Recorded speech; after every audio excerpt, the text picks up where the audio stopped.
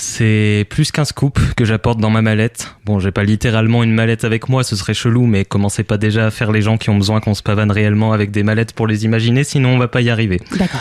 C'est plus qu'un scoop que j'apporte dans ma mallette. Oui, j'ai pas de mallette, je sais. Vous allez être perturbé par cette histoire de mallette encore longtemps ou je peux poursuivre ma chronique? Non, ça va. C'est plus qu'un scoop que j'apporte dans ma mallette. Ce sont les résultats édifiants issus d'une analyse approfondie que j'ai menée grâce à mon sens aigu de l'observation. J'ai beaucoup hésité à lever le voile sur les conclusions inédites de mon enquête, mais comme Radio Campus Paris est la radio de tous les possibles, et bien qu'il m'en coûte, j'ai pris la décision, la grande décision de vous révéler ce gratin de la nouvelle fracassante, cette crème de la crème de l'information de dernière minute, en vous la servant sur le plateau doré des révélations exceptionnelles. Attention, ces temps-ci, il fait chaud.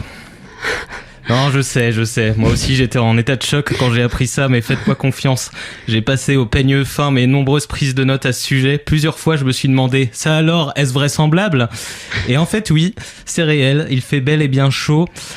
Est-ce qu'il fait chaud sans plus? Ma foi non. Est-ce qu'il fait chaud plus sa race? Ma foi plutôt.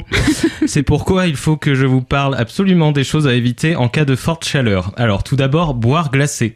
Bien sûr, il faut s'hydrater, boire de l'eau régulièrement, mais comme dirait Jamy de C'est pas sorcier, boire un liquide trop froid envoie un mauvais signal à notre corps, en lui indiquant de ralentir le processus de sudation. Voilà, je savais que le sifflement, j'allais déjà que personne n'a la ref. T'as chaud. Qui permet justement d'éliminer la chaleur de notre organisme. Voilà, donc ne vous étonnez pas si dorénavant vous êtes confronté à ce genre de discussion au bar. Oui, vous avez fait votre choix ? Une menthe à l'eau bien fraîche, s'il vous plaît. Non, à éviter. De même, quand vous prenez une douche glacée, c'est aussi une violence faite au corps dont la température va évidemment diminuer sur le coup, mais va ensuite s'élever à brûle-pourpoint, j'ai envie de dire, rapport à la chaleur. Ça s'appelle un choc thermique et fun fact, votre corps n'est pas un fan inconditionnel de cette activité. Ensuite, évitez de boire des bières. Avant que tout le monde crie au scandale, laissez-moi vous convaincre en faisant la suite du dialogue précédent au bar du coin.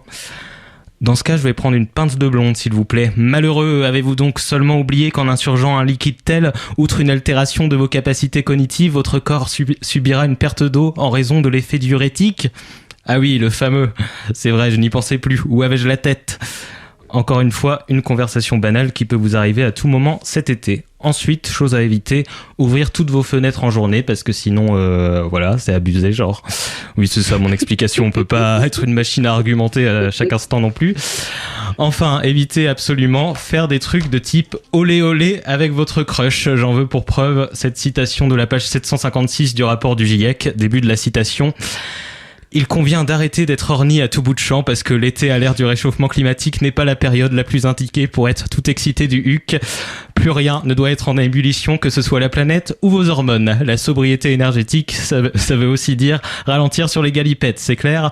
Fin de la citation. Voilà, je vous invite à aller consulter le rapport en entier pour plus de précision sur ce point.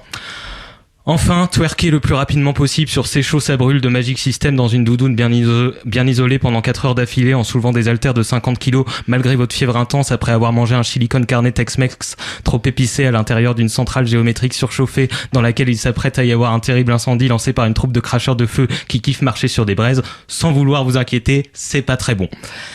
Jamais je n'aurais cru que cette attitude était le genre de situation à éviter en période de canicule, mais contre toute attente, l'Agence nationale de santé publique ne le recommande pas.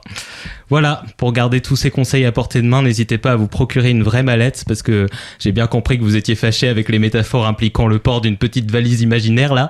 Et d'ici là, prenez soin de vous, passez un bon été, bon courage si vous travaillez. Quant à moi, je vous retrouverai, j'espère, à la rentrée. Merci Sébastien, avec cette chronique humoristique, on a vraiment eu chaud.